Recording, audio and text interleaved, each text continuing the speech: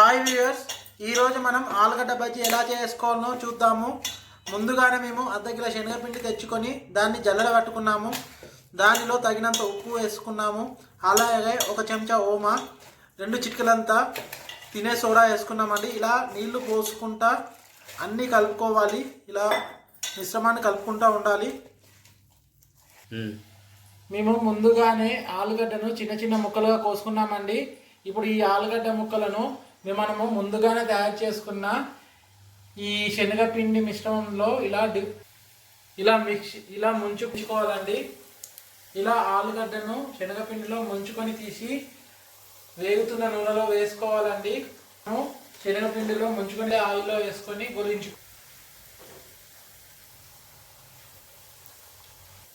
ఇలానే అన్ని ఆలుగడ్డలను మనము శనగపిండిలో ముంచుకొని తీసుకోవాలండి. కానీ ఈ శనగపిండిలో మేము కొంచెము కారము వేసుకున్నాము, అలాగే తగినంత ఉప్పు కూడా ముందుగానే వేసుకున్నాము.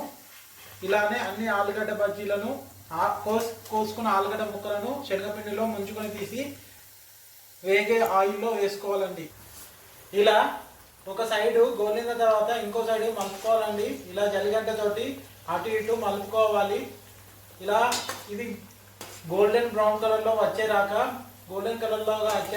అలానే గోలించుకోవాలి.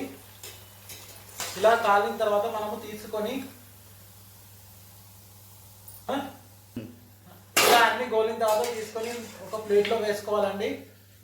ఇలానే అన్ని ఆలుగడ్డ బజ్జీలు చేసుకోవాలి. ఆలుగడ్డ బజ్జీ రెడీ అయింది, గుమగుమలాడుతుంది. వేడి వేడి తింటే చాలా రుచిగా ఉంటుంది. అబ్బా, మళ్ళీ మళ్ళీ కావాలనిపిస్తుంది. తిన్నా కొద్దీ తినాలనిపిస్తుంది. ఆలుగడ్డ బజ్జీ వేడి వేడి తినాలి. వేడి వేడిది అయితేనే చాలా రుచిగా ఉంటుంది.